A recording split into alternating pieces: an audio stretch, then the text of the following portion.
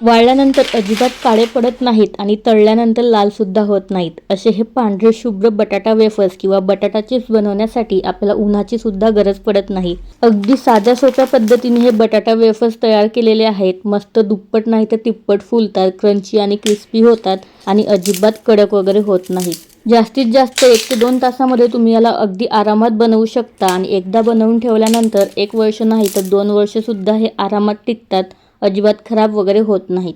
चला तर मग बटाटा वेफर्स किंवा बटाटा चिप्स बनवायला सुरुवात करूया। त्यासाठी इथे मी 2 किलो बटाटे घेतलेले आहेत। चिप्स आकाराने छान मोठे व्हावे यासाठी बटाटा सुद्धा मोठ्या आकाराचा वापरायचा किंवा मोठा वापरायचा आणि छोटा किंवा मध्यम आकाराचा अजिबात वापरायचा नाही आणि शक्यतो नवीन बटाट्याचाच इथे वापर करायचा। सुरुवातीला बटाटे मी स्वच्छ धुवून घेतलेले आहेत, त्यावरची माती वगैरे सर्व काढून घ्यायची। आपल्याला आता याची साल काढून घ्यायची आहे। साल काढायची असली ना तरी सुद्धा बटाटे धुवूनच घ्यायचे। वेळ असेल तर याला तासभर पाण्यामध्ये ठेवून घेतलेत ना तरी सुद्धा चालेल। साल काढून झाल्यानंतर लगेचच आपल्याला हे बटाटे पाण्यामध्ये टाकून घ्यायचे आहेत। इथे मी 2 किलो बटाट्याचे वेफर्स करत आहे। तुम्ही या पद्धतीने कितीही प्रमाणामध्ये किंवा कितीही किलो बटाट्याचे वेफर्स अगदी आरामात बनवू शकता। इथे मी सर्व बटाट्यांची साल काढून घेतलेली आहे। आणखी एक महत्त्वाची गोष्ट की साल काढून झाल्यानंतर बटाटे छान पांढरे शुभ्र असेल ना तर चिप्स सुद्धा वाळल्यानंतर छान पांढरे शुभ्रच होतात, पण बटाटा हलकासा पिवळसर रंगाचा असेल तर त्याचे चिप्स सुद्धा वाळल्यानंतर हलक्याशा पिवळ्या रंगाचे होतात आणि हलक्या पिवळ्या रंगाचे चिप्स तळल्यानंतर हलकेसे लाल सुद्धा होतात।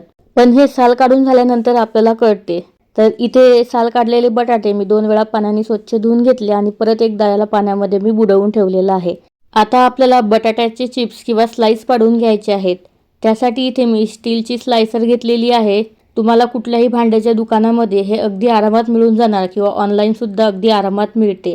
यामुळे बटाटा चिप्स छान पातळ आणि अगदी एकसारखे होतात आणि माझ्याकडचे जे स्लायसर आहे ते हलकंसं जाड आहे, यामुळे बटाट्याचे चिप्स सुद्धा नॉर्मल जाड होतात। या स्लायसरमध्ये सुद्धा थोडासा फरक असतो, खूप जास्त पातळ, मीडियम आणि थोडंसं जाड या पद्धतीची स्लायसर मिळते, त्यामुळे तुम्ही तुमच्या आवडीनुसार कुठलीही घेऊ शकता। आणखी एक महत्त्वाची गोष्ट की बटाट्याचे चिप्स छान मोठ्या आकाराचे व्हावे यासाठी बटाटा जसा व्हिडिओमध्ये दाखवलेला आहे या पद्धतीने उभा करून याचे स्लाइस किंवा चिप्स पाडून घ्यायचे। जर तुम्ही आडवा धरून जर याचे चिप्स पाडले ना तर ते छोट्या आकाराचे होतात आणि गोल सुद्धा होतात। इथे तुम्ही बघू शकता छान लांब असे हे चिप्स आपले तयार झालेले आहेत। इथे पूर्ण 2 किलो बटाट्याचे स्लाइस माझे बनवून तयार झालेले आहेत। आता हे स्लाइस आपल्याला 3 वेळा तरी पाण्याने स्वच्छ धुवून घ्यायचे आहेत, यामधलं पूर्ण स्टार्च निघायला हवं। हे इथे तुम्ही बघू शकता की धुवून झाल्यानंतर पाणी अगदी क्लिअर असं आहे, त्यामुळे आता याला परत धुण्याची गरज नाही। इथे मी 3 वेळा हे चिप्स छान धुवून घेतलेले आहेत। आता इथे चिप्स पाण्यामध्ये बुडवून ठेवायचे आहेत, तर पाणी थोडंसं कमी वाटत होतं त्यामुळे परत पाणी यामध्ये मी वाढवून घेतलेलं आहे। आता इथे मी एक तुरटीचा खडा घेतलेला आहे। हा तुरटीचा खडा या पाण्याबरोबर 1 ते 1.5 मिनिट किंवा जास्तीत जास्त 2 मिनिट फिरवून घ्यायचा आहे, यापेक्षा जास्त सुद्धा फिरवून घ्यायचं नाही। तुरटी वापरल्यामुळे ना बटाटा वेफर्स छान पांढरे शुभ्र होतात, तळल्यानंतर अगदी हलके आणि खुसखुशीत होतात आणि काळे न पडता 1 ते 2 वर्ष अगदी आरामात टिकण्यासाठी तुरटी मदत सुद्धा करते, त्यामुळे ही स्टेप ना अजिबात स्किप करू नका।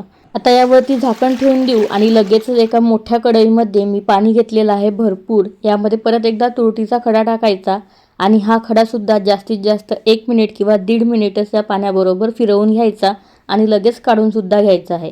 आता यावरती झाकण ठेवून घेऊ आणि मोठ्या आचेवरती या पाण्याला उकळी काढून घेऊ। तुम्ही बघू शकता पाण्याला छान उकळी आलेली आहे। आता यामध्ये पोहे खाण्याचे 3 चमचे मीठ टाकायचं आहे। 3 चमचे मिठामुळे वेफर्स अजिबात अळणी होत नाहीत आणि खारट सुद्धा होत नाहीत, तर परफेक्ट असं मिठाचं हे प्रमाण आहे, पण तरी सुद्धा तुम्ही तुमच्या आवडीनुसार कमी जास्त करू शकता।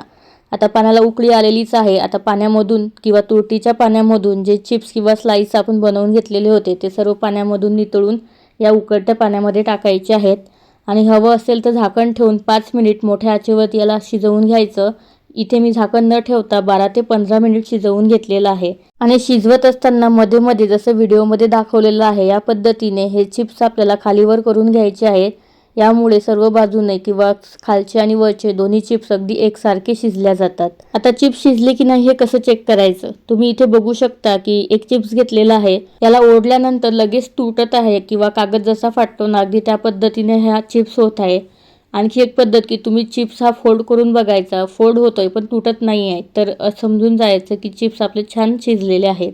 किंवा इथे आपल्याला फक्त याला 50 ते 60% शिजवून घ्यायचं आहे. इथे चिप्स आपले छान शिजलेले आहेत. आता याला पाण्यामधून काढून घेऊ आणि काढत असताना शक्य तितकं पाणी यामधलं नितळून घ्यायचं आहे आणि गरम गरम असतानाच याला वाळत घालायचं आहे. आणि वाळत घालण्यासाठी शक्यतो प्लॅस्टिक शीटचाच वापर करायचा. जर एखाद्या वेळेस जर चिप्स थोडेसे जास्त शिजले गेले आणि ते जर तुम्ही कॉटनच्या कपड्यावरती किंवा एखाद्या साडीवरती वाळत घातले ना तर ते साडीला चिटकू शकतात.